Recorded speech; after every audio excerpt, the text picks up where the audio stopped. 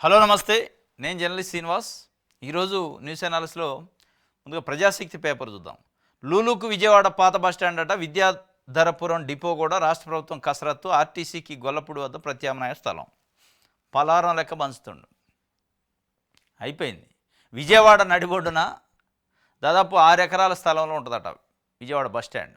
Depot ఇంకొక 6 ఎకరాలు, దాదాపు 12 నుంచి 15 ఎకరాలు, ఈ 2 ప్లేసులు కలిపి దీన్ని లూలు కంపెనీకి ఇస్తాడు.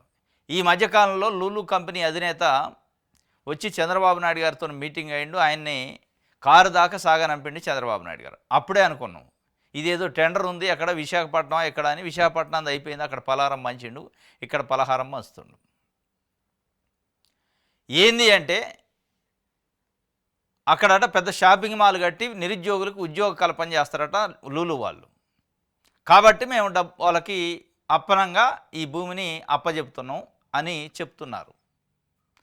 ఇది విజయవాడ నడిబొడ్డున ఉన్న ఆర్టీసీ పాత బస్టాండు, ప్రస్తుతం గన్నవరంపేట బస్ డిపోను కూడా బడా కార్పొరేట్లకు అప్పగించడానికి రంగం సిద్ధమైంది. విశ్వసనీయ సమాచారం ప్రకారం ఈ స్థలాన్ని అంతర్జాతీయ వాణిజ్య సంస్థ లూలుకు కేటాయించనున్నారు. ఈ మేరకు రాష్ట్ర ప్రభుత్వం శరవేగంగా కసరత్తు చేస్తున్నట్టు తెలిసింది. దీనిలో భాగంగా ఇప్పటికే ఆర్టీసీ, రెవెన్యూ అధికారులు డిపో స్థలాన్ని పరిశీలించినట్టు తెలిసింది. పరిశీలించడం కాదు, ఆల్రెడీ ఏపీఐఏసీ వాళ్ళు ఆర్టీసీ ఎండి ద్వారకా తిరుమలరావుకు లెటర్ రాశారు, ఉత్తరమే రాశారు. ఆ భూమిని మాకు అప్పచెప్పండి, లూలు కంపెనీకి ఇవ్వాలని చెప్పి. రేపు మాపు జరగబోయే 24-25 తారీఖు జరగబోయే క్యాబినెట్ మీటింగ్లో ఈ అంశం ఉందట. ఇవాళ రైతుకి ఏదైనా సాయం చేయాలంటే, రైతు భరోసా ఇవ్వాలంటే, లేదంటే ఇల్లు లేనోడికి ఒక 100 గజాలు ఇల్లు ఇవ్వాలంటే నానా రకాల నిబంధనలు అడ్డు వస్తాయి. అసలు ఈ లూలు కంపెనీ ఆయన ఎప్పుడు వచ్చిండు, ఎప్పుడు దరఖాస్తు సమర్పించిండు తెలియదు. మూడో కంటికి తెలవకుండా పలారం లెక్క పంచుతారు. వాళ్ళు వచ్చింది తెలియదు, పోయింది తెలియదు, కానీ వాళ్ళకి కావాల్సిందంతా క్యాబినెట్లో అప్రూవల్ అయింది. అదే ఒక బక్కపలచని మనిషి రైతుకు సంబంధించో పేదోళ్ళకి సంబంధించో ఏదైనా అంశం వాళ్ళు 100 సార్లు రిప్రజెంటేషన్లు ఇచ్చినా కానీ దాన్ని పట్టించుకున్న లేదు. క్యాబినెట్ కాదు కదా, కనీసం క్లర్క్ కూడా చూడడు. ఇది ఇలా మన ప్రజాపాలన అని పేరుతోని పాలన నడిపిస్తారు. దీనికి ఏం చెప్తున్నారో తెలుసా? 2200 కోట్లు పెట్టుబడి పెడతారట, 1500 ఉద్యోగాలు వస్తాయి, అందుకే మేము ఇస్తున్నాం అని. ఈ 15 ఎకరాల భూమిని ఎక్కడి నుంచో అంతర్జాతీయ కంపెనీ ఇంకోటో, అది పనికిరాని కంపెనీయో మంచిదో తెలియదు, ప్రైవేట్ కంపెనీ, లాభాల కోసం వచ్చే కంపెనీ మీ దగ్గర భూమి తీసుకొని వాళ్ళు 1500 ఉద్యోగాలు ఇయ్యలేస్తున్నప్పుడు మన భూమిని మనమే మన నిరుద్యోగులకి ఎందుకు ఉపాధి కల్పించలేము? అక్కడ పెద్ద షాపింగ్ మాల్ కట్టి చిన్న చిన్న షట్టర్లు కట్టి వాళ్ళకి అప్పచెప్పి వాళ్ళు బతకండి అంటే బతుకురా, స్వయం ఉపాధి వస్తుందా? ఏంది ఇది? దీని అనుకున్న మతలబ్ ఏంది, మెలకేంది అంటే ఏం లేదు, క్విడ్ ప్రోకో ఉంటుంది. ఏ షట్టర్లు వేయచ్చు, కొన్ని 100 షట్టర్లు వస్తాయి, కొన్ని ఫ్లోర్లు పాటు వేయచ్చు. అంటే లూలు మాల్ వాడు వేసినది మనం ఎందుకు చేయలేకపోతాం? మన యువతకు మనమే వేయచ్చు కదా ఉద్యోగాలు, ఉపాధి. చిన్న చిన్న షాపులు పెట్టుకొని వాళ్ళే బతుకురా, నడి సెంటర్లో కదా, నడి బొడ్డున కదా. అంటే వీళ్ళకి ఇస్తే వీళ్ళు కమిషన్లు ఇయ్యరుగా. అది కాదు ఇప్పుడు బాధ. ఇంటిగ్రేటెడ్ మార్కెట్స్ పెట్టి, అన్ని రకాల షాపింగ్ కాంప్లెక్స్లు పెట్టి, మన దగ్గర ఉన్న నిరుద్యోగులకే నామినల్ రెంట్కి ఇస్తే వాళ్ళకి దానికి మించిన ఉద్యోగం ఉంటుంది. ఇంకా వాళ్ళు వ్యాపారం చేసుకుంటారు, ప్రభుత్వానికి ఆదాయం కల్పిస్తారు, ఇంకో 4గురికి ఉద్యోగం ఇస్తారు. ఇది వదిలిపెట్టి 1500 ఉద్యోగాలు ఇస్తున్నాడు కాబట్టి ఆయనకు భూమి అప్పచెపుతాం. ఇది ఒక ఫ్యాషన్ అయిపోయింది. పెట్టుబడులు ఉద్యోగాలు, పెట్టుబడులు ఉద్యోగాలు. వాడోడో పెట్టుబడి పెట్టేది, మనకు ఉద్యోగాలు ఇచ్చేసింది. మన భూమి, మన విజయవాడ, మన నడిబొడ్డునుంది. మనమే షాపింగ్ కాంప్లెక్స్లు కట్టి మనమే వాళ్ళ కిరాయిలకి ఇస్తే అది మనకు ప్రభుత్వానికి బిల్డింగ్ మిగిలిద్ది, మన యువతకి ఉపాధి కల్పించినట్టు అయింది. కొన్ని వేల మందికి, 1500 కాదు, వేల మందికి వస్తుంది ఉద్యోగం. 100 మంది వ్యాపారాలు చేస్తారు, 1000 మంది ఉద్యోగాలు చేస్తారు. అంటే మీ ప్రేమంతా కమిషన్ల పైన ఉంది, ఉపాధి పైన కాదు, నిరుద్యోగుల పైన కాదు. ఇది లూలు కంపెనీకి అయితే అప్పచెప్పే కార్యక్రమం చేస్తానట. దీని గురించి అలా ఈనాడు పేపర్ కూడా వార్త రాసింది. వచ్చే క్యాబినెట్లో పెడతారు. ఆల్రెడీ ద్వారకా తిరుమలరావు ఆర్టీసీ ఎండీకి ఏపీఐసి లెటర్ రాసింది. దీంతో 1500 ఉద్యోగాలు రాబోతున్నాయని ఆయన పొగిడే కార్యక్రమం చేసిండు. ఇది ఒక పెద్ద కుట్ర. ప్రభుత్వ భూముల్ని ప్రైవేటు కంపెనీలకి పెట్టుబడిదారులకు దారాదత్తం చేయడానికి ప్రభుత్వాలు ఎస్పెషల్లీ చంద్రబాబు నాయుడు గారి ప్రభుత్వం వచ్చిన దగ్గర నుంచి ఇది ఎక్కువైంది. గతంలో కూడా ఉంది, అన్ని ప్రభుత్వాలు చేసినాయి, కానీ ఇది మరీ విచ్చలవిడితనమైంది. దారాదత్తం చేయటం, దానికి ఒక ముద్దు పేరు పెట్టుబడులు, ఉద్యోగాలు పెట్టడం. మరి అదే పెట్టుబడులు అదే ఉద్యోగాలు మనం ఎందుకు ఇవ్వలేము? మనం ఎందుకు షాపింగ్ కాంప్లెక్స్లు కట్టలేము? మనం ఎందుకు వ్యాపారాలు పెట్టలేము వాళ్ళతోని అని అంటే, లేదు లేదు మనం పేదరికాన్ని నిర్మూలిస్తాం, ఇక 2029కి పేదరికం ఏమి ఉండదు అంటాడు. ఇక ఇట్లాంటివి చేస్తేనా? ఎవరి పేదరిక నిర్మూలన అయితే అంటే మీ పేదరిక నిర్మూలన అయితే, మీ నాయకులు మీ మీ కుటుంబాలలో పేదరికాలు ఏమైనా ఉంటే అటు ఇటు అంచున అయిపోతాయి తప్ప ఇదంతా అబద్ధం. లూలు కంపెనీకి పంచిపెట్టే కార్యక్రమం చేస్తాడు. మొత్తం డిపోది బస్సు స్టాండ్ 2. విశాఖ ఉక్కు ప్రైవేటీకరణ ఆపాలి, కడప ఉక్కు పరిశ్రమ స్థాపించి యువతకు ఉపాధి కల్పించాలి, జంతర్ మంతర్ వద్ద డివైఎఫ్ఐ ఆందోళన, కేంద్ర ప్రభుత్వ తీరని ద్రోహం చేసిందని ఏ రహీం చెబుతున్నారు. విశాఖ ఉక్కు ప్రైవేటీకరణ ఆపాలని మీరు గొడవ చేస్తున్నారు, ఏడాది యాత్ర ఢిల్లీలో చేశారు. ఆయన లేదు లేదు జిందాల్ కంపెనీని నేను దేశరావాలి తొందరగాని చంద్రబాబు నాయుడు గారు తపన పడుతున్నాడు. మీరేమో ఆపాల ప్రైవేటీకరణ అంటారు. ప్రైవేటీకరణ దాన్ని ఇది ప్రైవేటీకరణ చేయడంతో పాటు ఇంకో ప్రైవేట్ కంపెనీని కూడా తెచ్చి మీ నెత్తిన పెడతా అంటాడు. ఇది అలా ప్రజాపాలన అనేది. రైట్, ఇంకోటి దిశ పేపర్ చూద్దాం. గ్రీన్ హైడ్రోజన్ వ్యాలీగా ఏపీ అట. క్వాంటమ్ వ్యాలీ, హైడ్రోజన్ వ్యాలీ, ఈ వ్యాలీలన్నీ చూపిస్తుంది. ఈ వ్యాలీలతో ప్రజలకు ఏం ఉపయోగం అర్థం కావట్లే. షారెడ్ జాగియాలంటే నానా రకాల తంటాలు పెడతారు. లూలు కంపెనీకి 1000 ఎకరాలు ఇవ్వడానికి ఉచితంగా అప్పనంగా అప్పచెప్పడానికి అయితే చేతులు వస్తున్నాయి కానీ అనేది ప్రజలు మాట్లాడుకునేది. ఇంకోటి, నేతలను సెట్ చేస్తారా? మంత్రులు, ఎంపీలు, ఎమ్మెల్యేలు తీరుపై అధిష్టాన అసంతృప్తి, దిద్దుబాటు చర్యలపై సీఎం చంద్రబాబు ఫోకస్, తీరు మార్చుకోవాలనే హెచ్చరికలు. రెడ్ జోన్ నేతలకు వార్నింగు, తాజా సర్వే అంచనాలపై ఆరా. రెడ్ జోన్ నేతలు దాదాపు ఇక్కడ ఇచ్చిండు, సెట్ చేస్తారా లేదా అని. రాష్ట్రంలో 175 నియోజకవర్గాలు, 25 ఎంపీ స్థానాలు.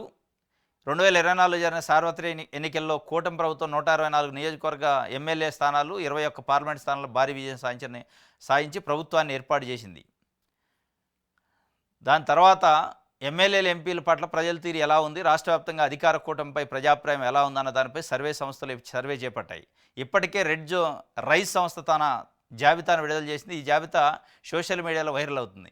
రైస్ సర్వేలో అమరావతి 2వ విడత భూసేకరణ, కక్ష సాధింపుల వైసీపీతో పోటీ, ఆక్వా రైతుల కష్టాలు, సాధారణ రైతుల ఇబ్బందులు, రేషన్ సరఫరాల మార్పులు, ఎమ్మెల్యేల అవినీతి, విద్యుత్ ఛార్జీలు, విద్యుత్ కార్మికులకు ఇచ్చిన హామీలు అమల్లో విఫలం, నామినేటెడ్ పోస్టుల భర్తీ, గ్రామాల్లో కొనుగోలు శక్తి క్షీణించడం, సెటిల్మెంట్లు, ఇసుక దందా, లిక్కర్ పర్సెంటేజీలని చెప్పారు. ప్రభుత్వ అనుకూల అంశాలుగా రోడ్లు మరమ్మతులు, కొత్త రోడ్ల నిర్మాణం, పెట్టుబడులు రాక, తల్లికి వందనం, రాజధాని అభివృద్ధి, ఇట్లా కొన్ని చెప్పారట. రెడ్ జోన్లో 53 మంది ఎమ్మెల్యేలు ఉండరట. మొత్తం ఆరెంజ్ జోన్లో 90 మంది ఉండరట. అంటే 143 మంది ఆరెంజ్ అయితే రెడ్ జోన్లో ఉన్నారు. అంటే అత్యంత ప్రమాదం అంచులో 53 మంది ఉన్నారు ఓడిపోయే దశలో. ఇంకో 90 మంది ఇంకో కొద్ది రోజులు అయితే ఓడిపోయే దశకు కూడా పోతారు అనే దశలో ఉన్నారు. అంటే 143, 164 స్థానాలు కూటమి గెలిస్తే ఒక 20 స్థానాలు మాత్రమే గ్రీన్ జోన్లో ఉన్నాయి. 23 స్థానాల వరకు మిగతా అన్నీ ఇక డేంజర్ జోన్లోకి పోయినాయి. ఆ డేంజర్ జోన్లో ఉన్న ఎమ్మెల్యేలు ఎవరు, ఆ డేంజర్ జోన్లో ఉన్న మంత్రులు, ఎంపీలు ఎవరు అంటే దాంట్లో ఎస్పెషలీ రాయలసీమ జిల్లాల్లో ఎక్కువ ఉన్నారట. రాయలసీమ జిల్లాలో దాదాపు 25 మంది ఎమ్మెల్యేలు డేంజర్ జోన్లో, రెడ్ జోన్లో ఉన్నారట. వీటన్నిటికి కారణం రకరకాల చెబుతుంది. అంటే సర్వే సంస్థలు ఏం చెబుతున్నాయంటే, అమరావతిలో 2వ విడత భూసేకరణ, రేషన్ షాపులకి పోయి మళ్ళీ బియ్యం తెచ్చుకోవాల్సిన పరిస్థితి, పేద ప్రజలకు ఇస్తున్న అనేక హామీల గురించి, దాంట్లో తల్లికి వందనం కావచ్చు, రైతు భరోసా కావచ్చు, డిలే కావటం, ఇట్లాంటి అనేక అంశాలతో పాటు land, sand mafia, liquor mafia, వీటన్నిటి వల్ల ప్రజల్లో వ్యతిరేకత వచ్చింది ఎమ్మెల్యేల పైన అంటున్నారు. కానీ నేను అనుకునేది ఏంటంటే, అంటే కొంతమంది మేధావులు, ఇంటలెక్చువల్స్ కూడా మాట్లాడుతుంది, ఈ 164 మంది ఎమ్మెల్యేల కంటే అసలు చంద్రబాబు నాయుడు గారి పనితీరు ఎట్లా ఉంది, రాష్ట్ర ముఖ్యమంత్రిగా 2024 జూన్ 12 ప్రమాణ స్వీకారం చేసినప్పటి నుంచి ఈ రోజు వరకు ఆయన పనితీరు ఎట్లా ఉంది, ఎన్నికల్లో హామీలు ఏమి ఇచ్చిండు, ఈరోజు ఏం చేస్తుండో, వాటి గురించి ఏమనుకుంటున్నారు ప్రజలు. చంద్రబాబు నాయుడు గారి పైన విశ్వసనీయత విషయంలో ఎన్నికల ముందుకి ఇప్పటికీ ఏంది తేడా అనే అంశాలపైన అసలు సర్వే చేయాలి. అసలు అక్కడుంది రెడ్ జోన్. ఈ రెడ్ జోన్ కంటే అది అత్యంత ప్రమాదకరమైన రెడ్ జోన్. దీంతో పాటు 2024 ఎన్నికల్లో కూటమిగా ఏర్పడ్డ బీజేపీ, జనసేన, తెలుగుదేశం పార్టీ కూటమి పైన ఆ రోజు ఎట్లుంది ఒపీనియను, ఈ రోజు ఎట్లుంది? అసలు చంద్రబాబు నాయుడు గారికి, పవన్ కళ్యాణ్ గారికి, బీజేపీకి ఉన్న సంబంధాలు ఎట్లున్నాయి? ఈ నిజంగా నిలబడే సంబంధాలేనా అనేది ఈ ఈ అంశాలపైన ఒకవేళ నిలబడని సంబంధాలు అయితే ఎందుకు నిలబడట్లే? ప్రజల కోసమా, రాష్ట్రం కోసమా, వాళ్ళ పట్టుదల కోసం, వాళ్ళ పంపకాల కోసం? ఇలా ఇదేదో మసిపూసి కొంచెం డైవర్షన్ చేసే కార్యక్రమం చేస్తారు తప్ప 90 మంది ఆరెంజ్ జోన్, 53 మంది రెడ్ జోన్ అని అసలు మొత్తం ఓవరాల్గా చంద్రబాబు నాయుడు గారు అనే వ్యక్తి పరిపాలన ఎట్లుందో ముఖ్యమంత్రిగా అని చూసినప్పుడు మొత్తం రెడ్ జోనే ఉంటుంది అనేది ఒక విశ్లేషణ కూడా ఉంది. ఎందుకంటే అనేక అంశాల్లో మాట తప్పిండు. మాట తప్పటమే కాక అసలు ఎన్నికల హామీలలో లేని, మేనిఫెస్టోలో లేని వ్యక్తులకి భూములు దారాదత్తం చేస్తున్నాడు. అది లూలు కావచ్చు, టీసీఎస్ కావచ్చు, అమరావతిలో భూసేకరణ కావచ్చు. ఇట్లాంటి ఎన్నికల్లో హామీలు ఇచ్చిన రైతులకి, మహిళలకేమో మొండి చేయి చూపించిండు. ఈరోజు కూడా రైతు భరోసా పడలే, దాని గురించి మాట్లాడలే. అంటే ఈ రెడ్ జోన్ ఉన్న ఎమ్మెల్యేలు ఎవరు కానీ రెడ్ జోన్ ఉన్న ముఖ్యమంత్రి పరిస్థితి ఏంది, రెడ్ జోన్ విషయంలో పవన్ కళ్యాణ్ పరిస్థితి ఏంది అనేది కూడా సర్వే చేస్తే స్పష్టమైన ఫలితాలు వస్తాయి. ఈ రెడ్ జోన్ భయం ఎందుకు పట్టుకుంది, ఇవాళ సర్వేల పేరుతో ఎందుకు బయటికి చెప్తానంటే ఎమ్మెల్యేలను భయపెడతాడు చంద్రబాబు నాయుడు గారు. ఆయన మీద ఉన్న వ్యతిరేకతనే ఎమ్మెల్యేలు, ఎంపీలపైన నెట్టేసి మీరు జాగ్రత్తగా ఉండండి, మీ పైన నెగిటివ్ ఒపీనియన్ వస్తుంది, మీరు జాగ్రత్తగా ఉండండి అంటే ఇప్పుడు ఆయన చెప్పుకోలేడు కదా అని వాస్తవంగా ఎమ్మెల్యేల పైన కూడా ఉంటుంది. వాళ్ళని సెట్ చేసే ప్రయత్నం చేస్తే మొత్తం సెట్ అవుతుంది అనుకుంటున్నాడు. అది కాదు. రాష్ట్ర నాయకత్వాన్ని చూసి ఓట్లేస్తారు, ఎమ్మెల్యేని చూసి ఓట్లేస్తారు. ఇప్పుడు మొన్న 124 స్థానాలు గెలిచింది కేవలం ఎమ్మెల్యే అభ్యర్థిని చూసి వేయలే, కూటమిని చూసి వేశారు. మళ్ళీ అదే కూటమి ఫెయిల్యూర్ అనేది వచ్చింది అనుకో, రెడ్ జోను పోద్ది. ఎంత నువ్వు ఎమ్మెల్యేలు సెట్ చేసినా మీరు సెట్ కావాలి. ఫస్ట్ వాళ్ళని సెట్ చేయడం కాదు, సెట్ చేయాల్సింది ఎమ్మెల్యేలను కాదు, మంత్రులను కాదు, ఎంపీలను కాదు. సెట్ కావాల్సింది, సెట్ చేయాల్సింది చంద్రబాబు నాయుడు గారిని. మీ మైండ్ సెట్ మారాలా. మీరు 45 సంవత్సరాల రాజకీయ అనుభవం, 4వసారి ముఖ్యమంత్రి, 2,66,000 మంది గ్రామ వాలంటీర్లు నేను వస్తే 5,000 కాదు 10,000 గౌరవవేతనం ఇస్తే మిమ్మల్ని కడుపులో పెట్టి చూస్తాను. ఏం చేశారు మీరు? మోసం చేయలే. అట్లాంటి సెట్ కావాలి మీరు. మహిళలకు 1,500 రూపాయలు ఇస్తా అన్నారు, మహిళలకు ఉచిత బస్సు ప్రయాణం అన్నారు. ఏం చేశారు? ఇవాళ మోసం చేయట్లే. ఇగో ఈ మోసాలు సెట్ కావాలి ఫస్ట్ అనేది ప్రజలు కోరుకుంటున్న పరిస్థితి. ఇది నేతల్ని సెట్ చేసే అంశం పైన ఒక వార్త ఇచ్చిండు. ఇక ఇంటింటికి జనసేన దేశపోతాడట పవన్ కళ్యాణ్ గారు. మొన్నదాకానే ఇంటింటికి తెలుగుదేశం పార్టీని దేశపోయాడు.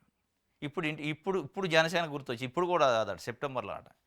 ఈలోపు జారిపోయేటట్టు ఉండరు. ఇప్పటికే జనసేన పార్టీ క్యాడర్లో, కార్యకర్తల్లో తీవ్రమైన నిర్వేదం ఉంది, అసంతృప్తి ఉంది. జనసేన అంటే జనం కోసం ఉంటుంది, జనసేన అంటే మార్పు కోసం ఉంటుంది, జనసేన అంటే రాష్ట్రం కోసం ఉంటుందని ఆ జనసేనలో జాయిన్ అయిన నాయకులు, కార్యకర్తలు ఇవ్వాలనుకుంటున్నారు.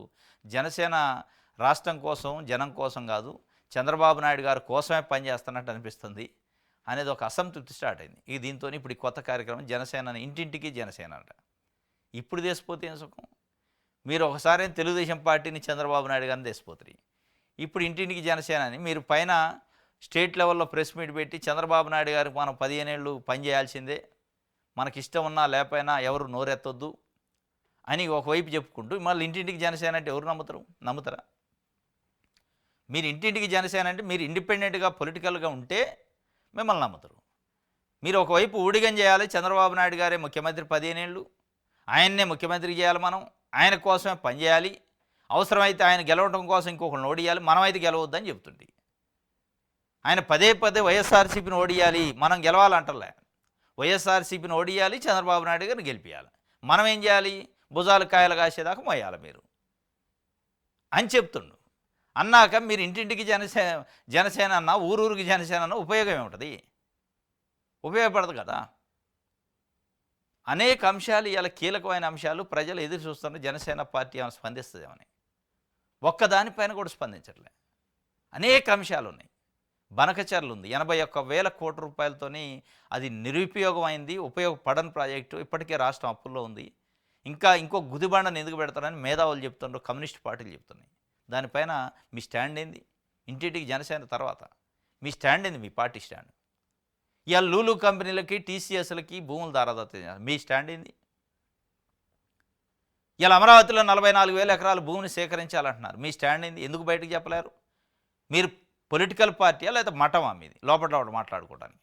మీరు ఒక రాజకీయ పార్టీ, ప్రజల కోసం పెట్టిన పార్టీ. ప్రజల కోసం పార్టీ పెట్టినప్పుడు ఆ పార్టీ విధానాన్ని ప్రజలకు తెలియజేయాలి.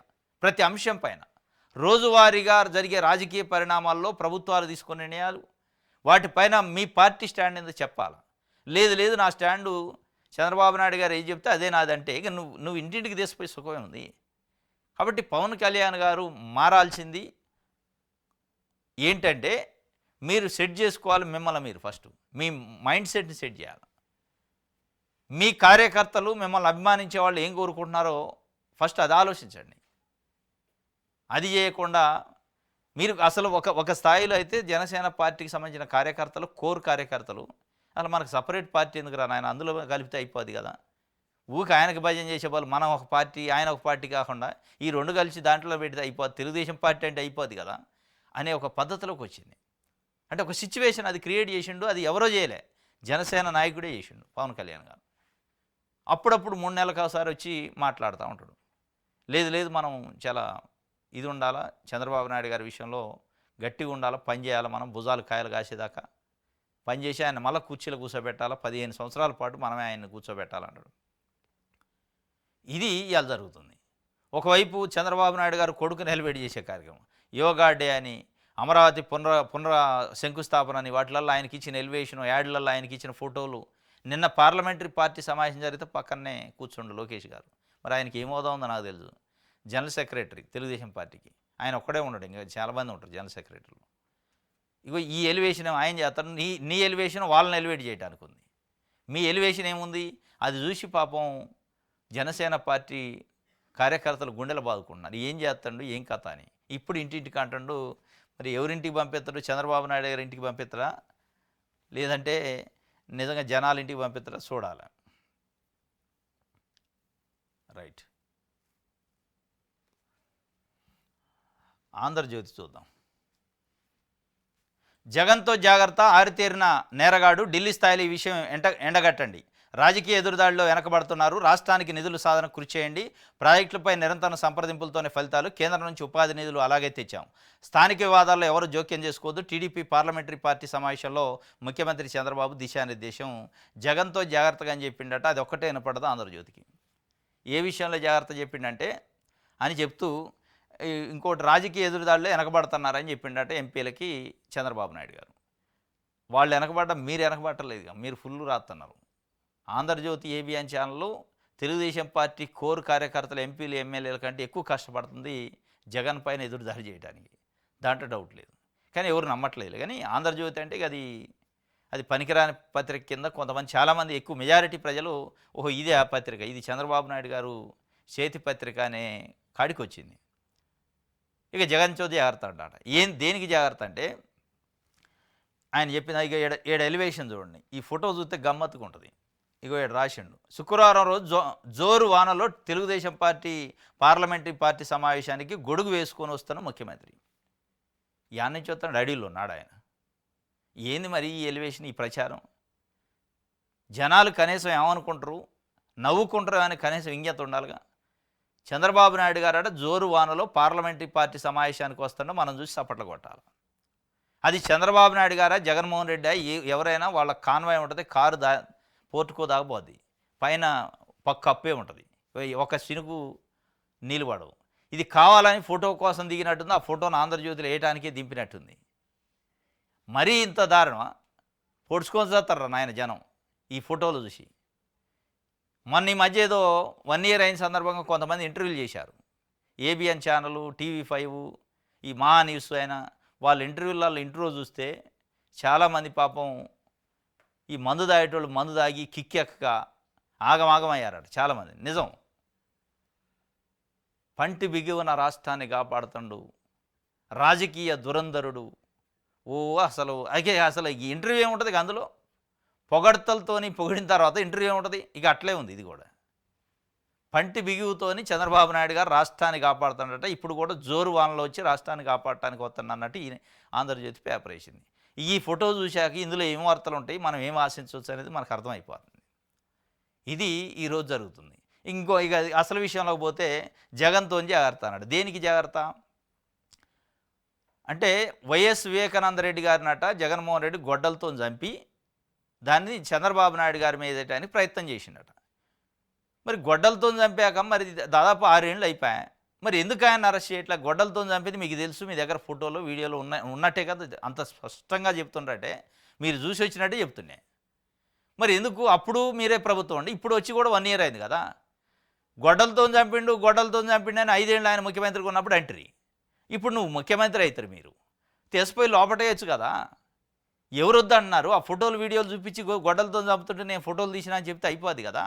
మీ మీదకి వేయటానికి ప్రయత్నం చేస్తున్నప్పుడు మీరు అసలును బట్టి ఇవ్వకుండా ఎందుకు దాచిపెడతారు? ఏంది మతలబు? ఇక సింగయ్యది చెప్పిండు, ఈ రెండే చెప్పింది ఆయన.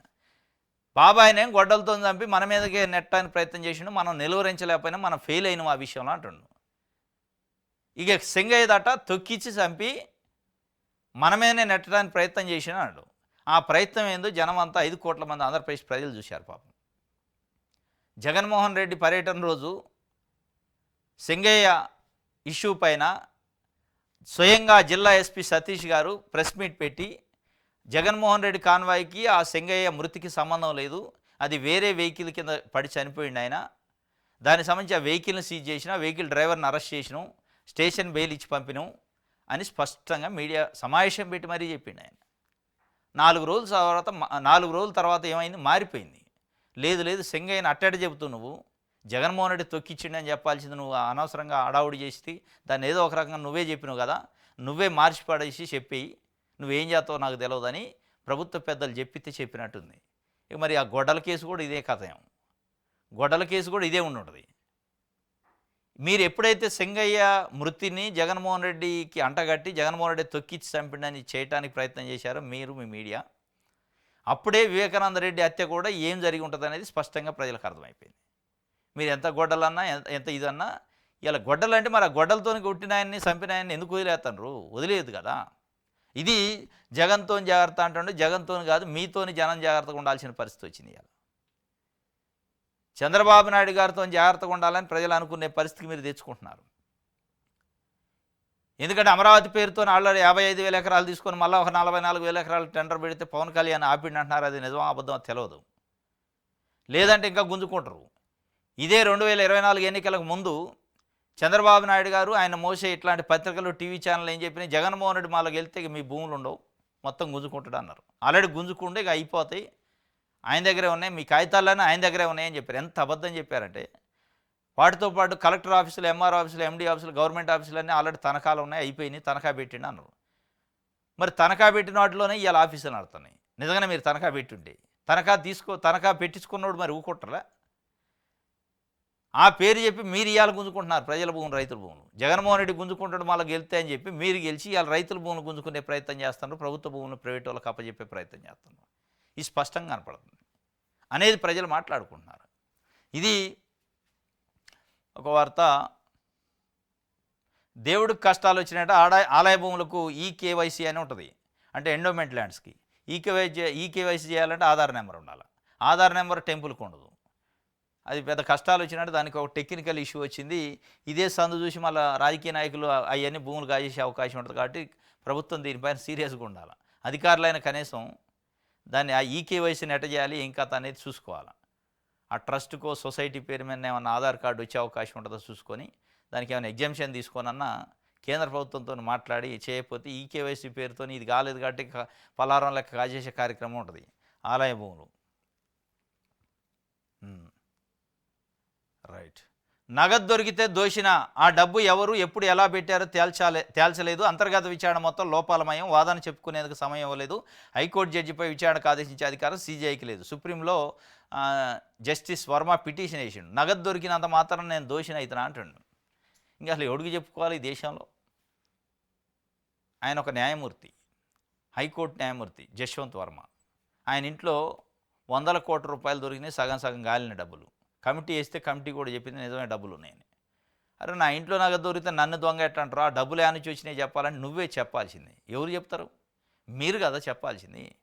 ఆయన ఇంకో మాట అంటుండు, అసలు హైకోర్టు జడ్జి పైన ఎంక్వైరీకి ఆదేశించే అవకాశం సుప్రీంకోర్టుకి లేదంటుండు. మరి ఇదే హైకోర్టు జడ్జి సుప్రీంకోర్టుకు పోవచ్చా? మరి మళ్ళీ నువ్వు వేసింది ఆడ పిటిషను అదే సుప్రీంకోర్టులో కదా. అంటే మీ పైన ఎంక్వైరీకి ఆదేశించే అధికారం అయితే లేదు, కానీ మీకు న్యాయం చేయాలా మళ్ళా అదే సుప్రీంకోర్టు. సిగ్గుతో తలదించుకోవాలి. ఇలా న్యాయ వ్యవస్థకే కలంకం తెచ్చారు మీరు. మీరు ఇచ్చిన రిప్లై ఏంది, నా అవుట్ హౌస్లో ఉన్నాయి కానీ అవుట్ హౌస్కి నాకు సంబంధం లేదు, అది స్టోర్ రూమ్ అంటారు కొద్దిసేపు. డబ్బులు ఉన్నమాట వాస్తవం అంటారు, ఆ డబ్బులు ఎట్లా వచ్చినాయి నాకు తెలియదండి, నేను లేనంటి రకరకాల చెప్పి దొరికిన దొంగతనాన్ని తప్పించుకునే ప్రయత్నానికి కోర్టుల్ని న్యాయ వ్యవస్థని శంకించే ప్రయత్నం చేస్తాడు యశ్వంత్ వర్మ, రిటైర్డ్ జడ్జి. అంటే డబ్బులతో దొరికితే దొంగ కదా, డబ్బులతో దొరికితే నేను దొరికినంత మాత్రంలో దొంగ అంటే అసలు దొంగతనాలకి ఎట్లా కాదు, ఎవరిని దొంగ అనలేం కదా. నీ జేబులో డబ్బులు ఉన్నాయి, అవి నీయా కావా అనేది అంటే జేబులోనో ఇంట్లోనో కొన్ని వేల కోట్ల రూపాయలు అనాధికారికంగా ఉన్నాయి. ఇక నువ్వు కాకపోతే ఎవరైతారు దొంగ, దొరికితే దొంగనా అంటే మరి దొరకనోడు దొంగ అవుతురా. ఇది ఆయన చెప్పేది ఏంటంటే నేను ఎట్లా అవుతాను నేను నా అని చెప్పి ఇప్పటికే అభిశంసన పెట్టడానికి రెడీ అవుతుంది పార్లమెంట్లో ఆయన పైన. ఆ డబ్బు ఎవరు ఎప్పుడు ఎలా పెట్టారో తేల్చలేదు, ఆ నగదుకి యజమాని ఎవరో గుర్తించలేదు. ఆ నగదుకి యజమాని ఎవడు ఉంటాడు, ఎవడు డబ్బులో ఎవరింట్లోనే పెడతారు. ఇక ఎవరికి పని లేక ఆడ తీసుకొచ్చి నీ ఇంట్లో పెట్టారు డబ్బులు. ఇక దొరక జడ్జి ఇంట్లో పెడతారు ఎవరన్నా డబ్బులు, వేరే వాళ్ళ డబ్బులు తెచ్చి. మరీ ఎందుకు 140 కోట్ల మంది భారతదేశ ప్రజల్ని మోసం చేసే కార్యక్రమం చేస్తారు మీరు. తప్పు ఒప్పుకొని అది ఏం జరిగింది చెప్తే అయిపోయా. రైట్, ఇది ఆంధ్రజ్యోతి. ఆంధ్రప్రభ చూద్దాం. క్రిమినల్స్తో జాగ్రత్త అంటాడు జగన్. రాజకీయాలు చూస్తే అర్థమవుతుంది, క్రిమినల్స్ రాజకీయాల్లోకి వస్తే ఇంతే ఉంటుంది. సింగయ్య వివేక హత్య కేసులో మాపై దుష్ప్రచారం, వైసీపీ పెద్దలు బరితెగించి వ్యవహరిస్తున్నారు. తుది దశకు లిక్కరు కుంభకోణం విచారణ, అడ్డంగా దొరికిన వైసీపీ పెద్దలు ప్రజాధనం దోపిడీలో పరాకాష్ట, వాస్తవాలు ప్రజలకు చెప్పాలి, విచారణ జరుగుతుందనే ఇన్నాళ్ళు మౌనంగా ఉన్న, జాగ్రత్తగా మెలగండి, ఎంపీలకు సీఎం సూచనలు. దండిగా నిధులు రాబట్టండి. వాళ్ళేం రాబడతారు, మీరు పోయి ఉట్టుకొస్తుంటే. మీరు పోతండ్రి నిర్మలా సీతారామన్ని, అమిత్ షాని కలుతండ్రి, మోడీని ఒక్కోసారి కలుతండ్రి, ఉట్టినే వస్తుండ్రి, శాలువాలు కప్పి దండం పెట్టి వస్తుండ్రి. వాళ్ళేమి మీరు మిలాఖత్ అయిన తర్వాత వాళ్ళు ఏం గట్టి మాట్లాడతారు. మీరు ఎందుకు మిలాఖత్ అయ్యారో, అసలు మిలాఖత్ అయ్యారో ఎందుకు నోరు లేవట్లే మీకు అర్థం కావట్లే జనాలకి. నేను వస్తే ఏదో చేస్తా, నేను వస్తే ఏదో చేస్తా, డబుల్ ఇంజిన్ సర్కార్ అంటే డబల్ లేదు, అసలు సింగల్ లేదు, ఉటిదే అయిపోయా, డబ్బులే రావట్లే. ప్రభుత్వ బళ్ళపై నమ్మకం పెంచుతామంటే లోకేష్ గారు.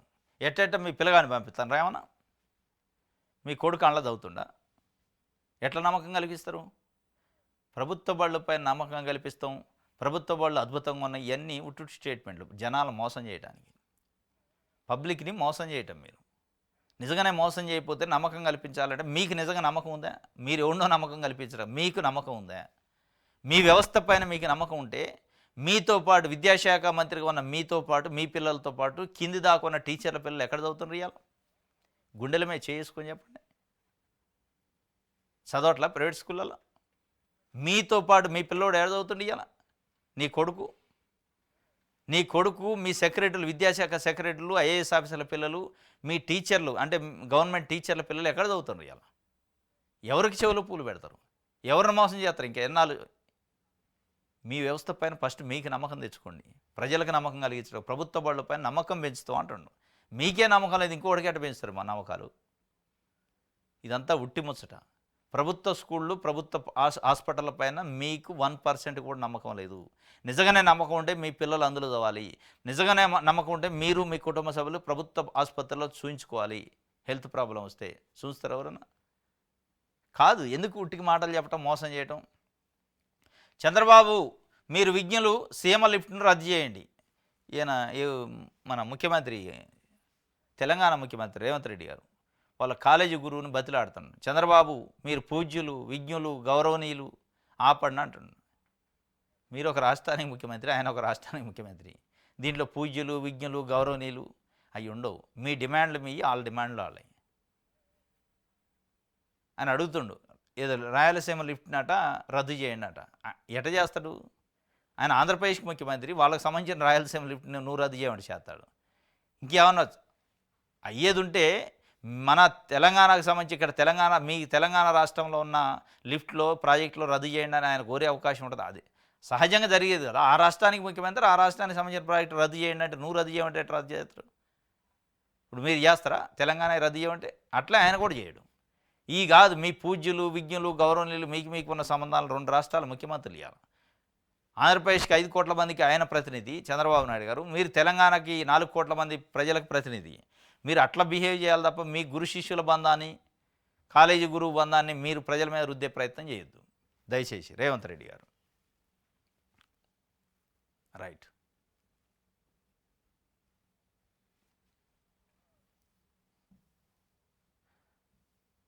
ఈనాడు చూద్దాం.